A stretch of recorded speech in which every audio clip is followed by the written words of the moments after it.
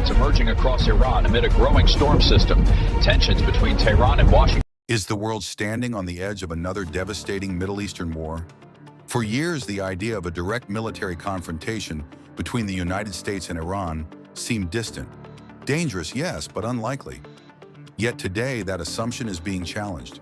Military assets are moving, sanctions are tightening, diplomatic language is hardening, and behind closed doors, war scenarios are being quietly discussed. This is not just about two nations.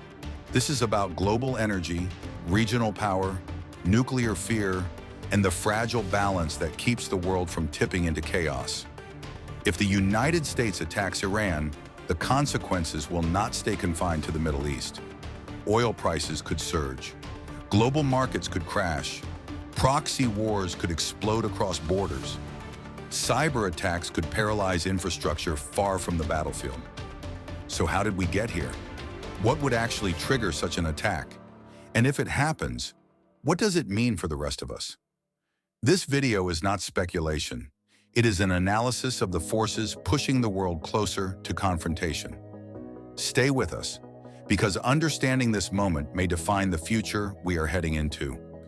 Across the Middle East, U.S. bases line the Gulf and northern Iraq, while Iran's nuclear program centers on Natanz, Fordow, and Isfahan. In Syria and western Iraq, proxy militias hold territory linking Tehran to the Mediterranean. Arrows of support and deterrence now converge on the... To understand today's tension, we must go back, not years, but decades. The relationship between the United States and Iran has been shaped by mistrust, ideology, and historical trauma. Once allies, the two nations became adversaries after Iran's 1979 Islamic Revolution, which replaced a US-backed monarchy with a fiercely anti-Western government. Since then, hostility has hardened into policy. The United States views Iran as a destabilizing force in the Middle East, accusing it of sponsoring militant groups, undermining regional allies, and pursuing nuclear weapons capability. Iran, on the other hand, sees the U.S. as an imperial power, responsible for sanctions that cripple its economy, military encirclement through bases, and interference in its sovereignty. This mutual suspicion has never truly cooled. Instead, it evolved into a shadow conflict, fought through sanctions, cyber warfare, assassinations, and proxy battles across Iraq, Syria, Lebanon, and Yemen. Every confrontation added another layer of resentment. Every sanction deepened distrust, and every near-war incident reminded the world just how volatile this relationship remains. From Tehran to Mashhad, thousands pour into the streets again tonight, demanding reforms and greater freedoms. At the United Nations, diplomats debate a draft resolution on the right to assembly in Iran. We reject this politically motivated... Across the Atlantic, 3 carrier strike groups steam east, their aircraft fanning out to forward bases from Spain to the Aegean. Troop columns shift toward the frontier, linked by air and sea corridors of supply. On the other side of the border, a different battle unfolds. Sanctions lock banks. A single focus strike can be contained. Precision and a measured response keep the risk of escalation low. But once the fight expands, fronts multiply, and each move invites the next. The difference between a limited strike and a full-scale war is not just firepower, it's... At the center of U.S.-Iran tensions lies one critical issue: Iran's nuclear program. Iran insists its nuclear activities are peaceful, focused on energy and scientific advancement. The United States and its allies argue that the same technology could quickly be weaponized. This fear is not theoretical. Nuclear capability changes everything. It alters deterrence, it reshapes regional power, and it dramatically raises the stakes of every military decision. When diplomatic agreements attempted to limit Iran's nuclear enrichment, they offered temporary relief, but never resolved the core distrust. Each collapse of negotiation pushed Iran to accelerate enrichment and pushed the U.S. to increase pressure. What makes this situation especially dangerous is uncertainty. Intelligence assessments are rarely definitive.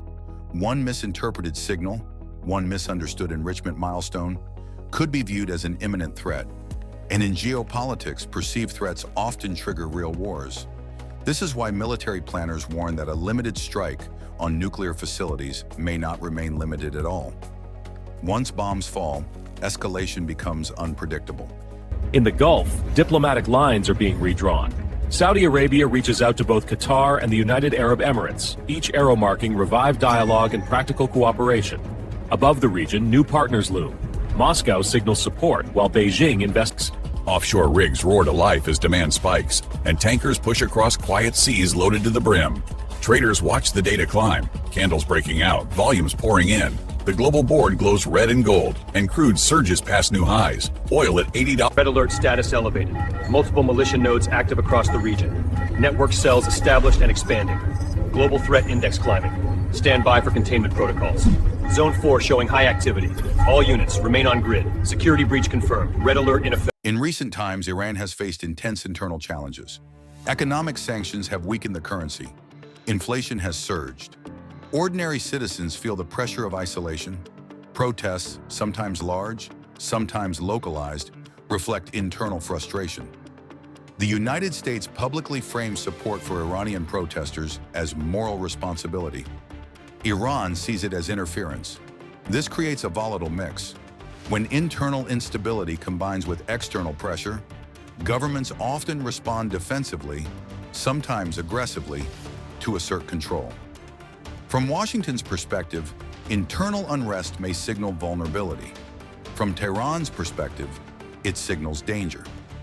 This dynamic increases the risk of miscalculation. History shows us that wars often begin not from strength, but from fear. Target grid alley 32. Signals indicate launch prep. Window 20 minutes. Copy. Intercept authorized. Drone strike inbound. Weapons hot. Tracking. Missile away. The movement of U.S. military assets does not automatically mean war, but it always sends a message. Aircraft carriers in strategic waters, fighter squadrons on high alert, missile defense systems repositioned, intelligence flights increased. These actions serve multiple purposes. They deter adversaries, they reassure allies, they prepare for contingencies, but they also raise tension. Iran watches every move closely. Every deployment is interpreted through the lens of survival. And here lies the danger. Deterrence and provocation often look the same from opposite sides. A posture meant to prevent war can sometimes accelerate it.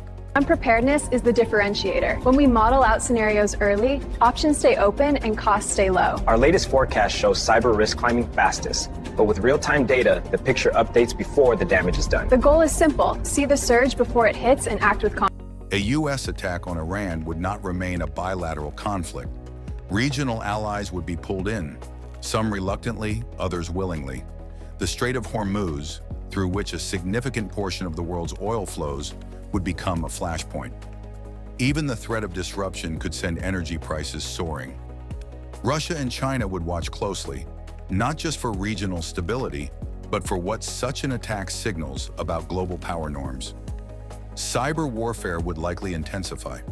Infrastructure, banking systems, and communications could become targets far from the battlefield. In today's interconnected world, modern war is not confined to soldiers and borders. It reaches into homes, economies, and digital systems worldwide. Lines on a map can fade. Flags can drift apart, pulled by history and conflict. Yet even in the distance, a symbol of peace can take root. Light over the Middle East, carried on a simple olive branch, reminds us that hope is... So what would finally push the United States to attack Iran? History suggests it would not be ideology alone, but an event, a deadly strike on U.S. forces attributed to Iranian proxies.